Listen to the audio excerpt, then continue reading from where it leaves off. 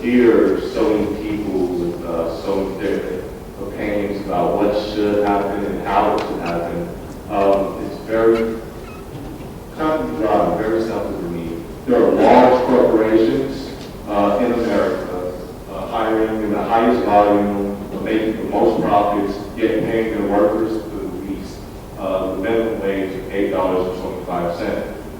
I make a minimum wage. I have a wife at home. I have a daughter who's 2 weeks old. What kind of life can I provide for them with $8.25? I can explain it to you.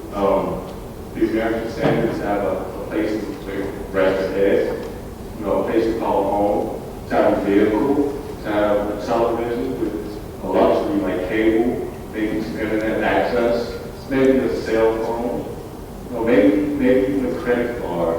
And myself, I attended Columbia College, which is the bottom here. I have student loans to repay. I'm a type 1 diabetic. I have medical supplies that I have to pay for. These are everyday expenses.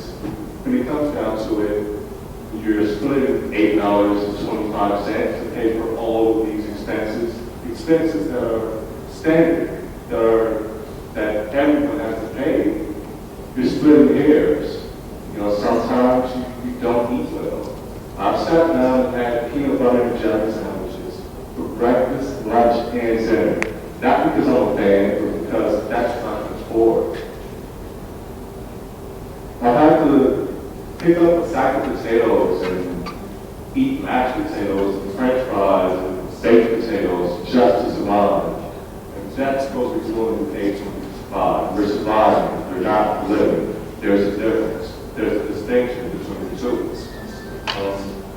When I ride down the street, I see these huge corporations like McDonald's, like Walmart, like Walgreens.